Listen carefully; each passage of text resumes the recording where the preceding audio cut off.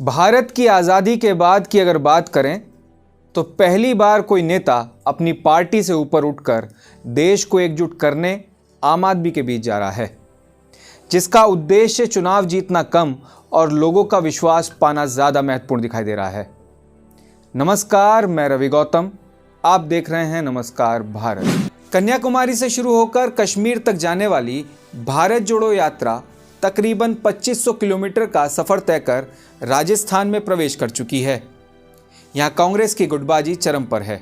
अब देखना यह है कि क्या राहुल गांधी की भारत जोड़ो यात्रा राजस्थान में गहलोत और पायलट के बीच के मतभेदों को खत्म कर कांग्रेस के टूटते कुनबे को बचा पाती है या नहीं। आइए देखते हैं रिपोर्ट। राहुल गांधी की भारत जोड़ो यात्रा कन्याकुमारी से शुरू होकर कश्मीर में समाप्त होगी।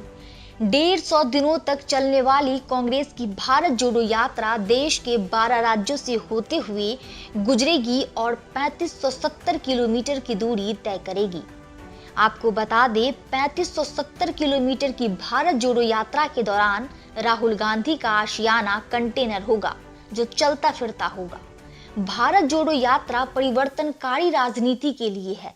कांग्रेस का कहना है कि भारत जोड़ो यात्रा मन की बात नहीं बल्कि जनता के लिए चिंता है। राहुल गांधी का निस्वार्थ भाव से भारत जोड़ो यात्रा की शुरुआत सत्ता से ऊपर उठता दिखाई दे रहा है।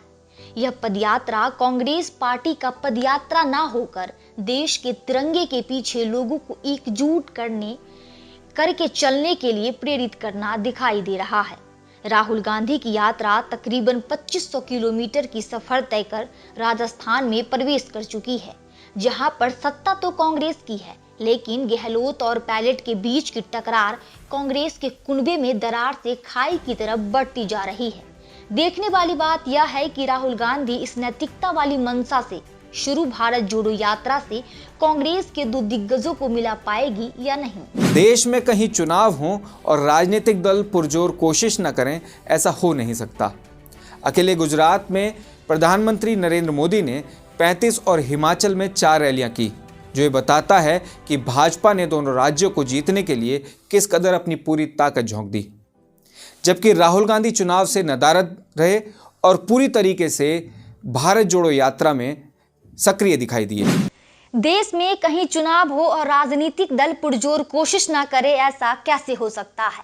गुजरात के पहले चरण से पहले और पिछले 20 दिनों में प्रधानमंत्री नरेंद्र मोदी, केंद्रीय गृह मंत्री अमित शाह, पार्टी के राष्ट्रीय अध्यक्ष जेपी नड्डा सहित आधा दर्जन नेताओं ने लगभग 150 छोटी बड़ी चुनावी जनसभाएं की। गुजरात में मोदी के बाद सबसे बड़े स्टार प्रचारक की भूमिका में अमित शाह दिखे। यहां तक कि गुजरात में नरेंद्र मोदी अकेले 35 रैलियों को, जबकि हिमाचल प्रदेश में 2 दिन में 4 रैलियों को संबोधित किया। प्रधान सेवक का इतना बिजी होने के बावजूद गुजरात की 35 रैलियां यह बताती है कि गुजरात उनके लिए जीतना कितना महत्वपूर्ण है।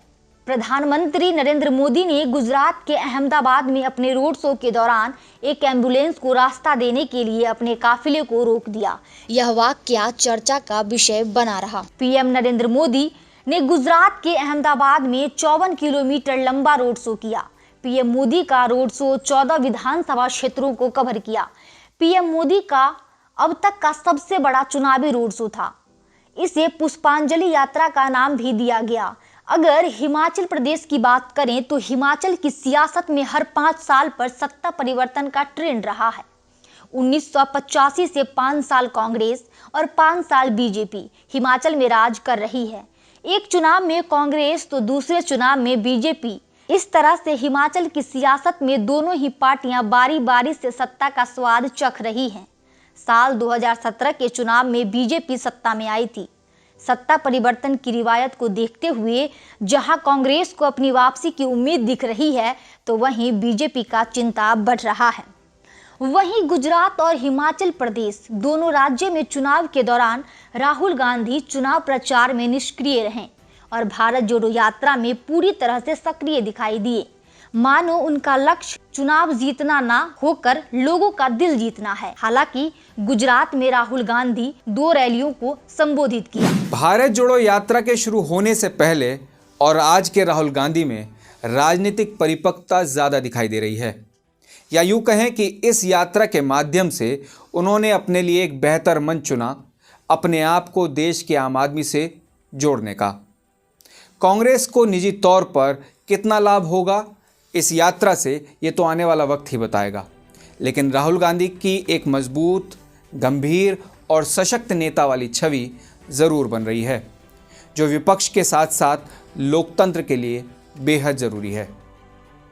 ऐसे ही इंफॉर्मेटिव वीडियोज़ को देखने के लिए बने रहिए नमस्कार भारत के साथ।